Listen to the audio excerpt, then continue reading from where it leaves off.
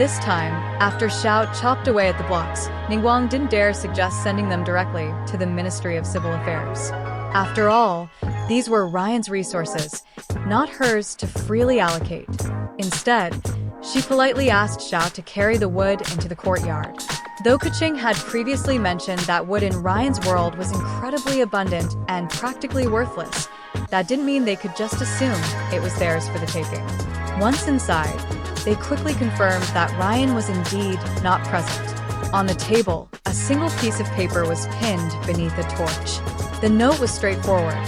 Ryen had gone off to build a new base today and would return in the evening. With no pressing concerns, the group settled into the house. Technically, this was Keqing's residence, so she had every right to host them there. As the setting sun bathed the room in warm hues, Ningguang proposed softly, "Why don't I have some food sent over? That way, we can discuss things over dinner night." Zhongli nodded faintly, offering no objection. At that moment, he was fully engrossed in the peculiar crafting table that Keqing was explaining to him. Earlier, she had casually thrown a birchwood block into the table, which was immediately deconstructed into 4 pristine wooden planks. After some further tinkering, she demonstrated how to create wooden doors, wooden swords, wooden axes, and even one of those ever-burning torches. This display had piqued Zhongli's curiosity, prompting him to reevaluate the importance of Ryen's world. Such miraculous processes defied common sense. With just a block in hand, one could craft extraordinary items in an instant without expending manpower or resources. The sheer efficiency of it all could easily spark a technological revolution in Teyvat. Meanwhile, Keqing was leafing through her crafting notes, eagerly tossing in wood to create more tools. Ningguang, however, couldn't help but feel a twinge of pain watching the wasteful process. These were high-quality wood materials, practically Mora in raw form. A single plank could be refined into countless pieces of furniture, yet Keqing was using multiple planks just to make basic tools. A wooden axe that required 3 top-tier planks to craft? No wonder the tools were heavy. How could they not be, when their creation was so extravagant? Still, Ningguang found herself intrigued by Keqing's crafting notes. Despite the wastefulness, the speed and quality of the creations were undeniable. Ningguang interrupted before Keqing could waste another piece of wood. "Would you mind if I made a few copies of those crafting notes?" Keqing paused, glancing at the scroll in her hands. She nodded. "Of course. Since this is a collaboration, Ryen specifically asked me to share these crafting formulas. However, this is just a small fraction of what he's discovered. Ryen said I haven't even documented 1% of it yet. There are special block combinations that can produce even more miraculous creations." Keqing paused for a moment, recalling something Ryen had mentioned during one of their mining trips. "I remember him mumbling about automatic mining machines, self-operating iron smelters, and even fully automated redstone cannons." Realizing she was starting to ramble, Keqing quickly handed the crafting notes to Ningguang. "Have someone copy them quickly. I'll need them back tomorrow. Ryen and I plan to explore more of his world and document additional formulas." Before Keqing could say more, mysterious specks of light flickered into the room, causing an immediate shift in the atmosphere. "Watch out, my lord." Zhao's expression darkened as he materialized his jade spear, instinctively moving to shield the group. "Conqueror of demons, there's no need to be alarmed," Ganyu said hastily. "It's just Ryen returning. Please lower your weapon." Xiao hesitated, glancing at Zhongli. Only when Zhongli nodded did Xiao withdraw his weapon and step back.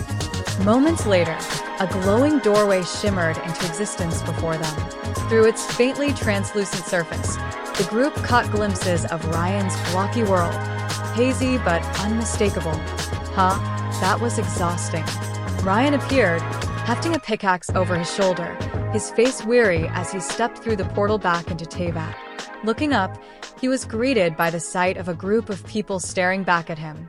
Standing front and center was none other than the figure from the 7 statues, the Archon himself, accompanied by his stern-looking companion, Xiao. Ryen blinked, momentarily stunned, but he showed no signs of nervousness. Ryen casually stowed away his pickaxe and greeted them with a light-hearted smile. "Looks like I've got quite the crowd today. Sorry to keep you all waiting. Ryen, Ganyu's voice rang out, brimming with delight. She darted past the others and stopped just short of Ryen, mere inches away. Realizing the group was watching, she quickly composed herself, halting awkwardly. You've worked hard today, Ryen. How did things go over there? Ryen chuckled, spreading his hands. Oh, it's been good. I spent the day fixing up the house over there, so next time you visit, everyone will have their own room. He glanced around the room. By the way, did your discussions wrap up already? I thought it'd take you 3 or 4 days at least. Lowering her voice, Ganyu glanced toward the others. It's because of the Lord of Geo. He values your proposal greatly and decided to personally finalize the arrangements. Special circumstances called for special action, so we hurried over to find you, she added, her gaze shifting toward Zhongli. Following her glance, Ryen turned to Zhongli. Despite the latter's hooded robe and the divine energy cloaking his visage, Ryen saw through it all with ease, immediately recognizing Zhongli's face beneath. With a friendly wave, Ryen greeted him with a grin. Greetings, Lord Morax and Miss Ningguang as well. It's a pleasure to meet you both. I'm Ryen. Zhongli inclined his head slightly, his eyes carefully studying Ryen for the first time up close.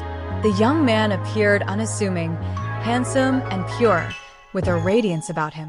At a glance, there was nothing particularly extraordinary about his outward appearance. Yet Zhongli's discerning gaze easily detected the cosmic, almost creator-like energy coursing within him. Without that insight, Ryen could easily be mistaken for an innocuous, sunny young man. Mr. Ryen, Zhongli began, his tone formal yet composed. Forgive our intrusion. Your collaboration proposal has been conveyed to us by Yuheng. Based on logical analysis, Liyue has no reason to refuse. Hence, we are here to formalize the specifics of the contract. Ryen's interest was piqued, and he opened his mouth to reply, but Ganyu spoke up first, her tone faintly exasperated. My lord, Ryen's just returned from a hard day's work and hasn't even had a chance to sit down or have a drink. Isn't this a bit too hasty? Her words left Zhongli momentarily at a loss, his expression shifting ever so slightly. For some reason, he felt like a father watching his grown daughter preparing to leave for someone else's home. The thought brought an odd awkwardness to the atmosphere.